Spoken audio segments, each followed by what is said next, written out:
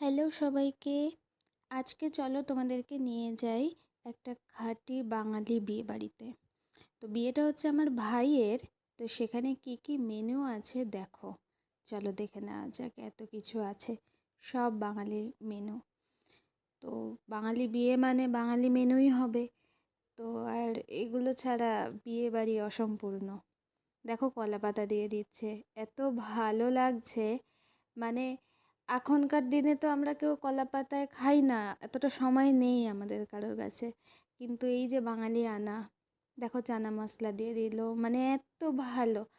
আর এই যে fish fry দিয়ে দিচ্ছে, তো ফিশ ফ্রাই হচ্ছে আমার সব থেকে প্রিয় আর কি। তো দিদি আবার কাসুন্দি সার্ভ করে দিচ্ছে। তো মানে ফিশ ফ্রাই পেলে আমার আর কিছু লাগে না, যার কারণে আমি দুটো ফিশ ফ্রাই নিয়ে নিয়েছি, স্যালাডও দিয়ে দিয়েছে সঙ্গে। আর দেখো একদম ফাইন দেরাদুন বাসমতি রাইস দিয়ে দিয়েছে, এত ভালো লাগছে। এগুলো সব আমার প্রিয়। আর এই যে ডাল দিয়ে দিল, আলু ভাজা দিয়ে দিল, খাঁটি বাঙালি খাবার।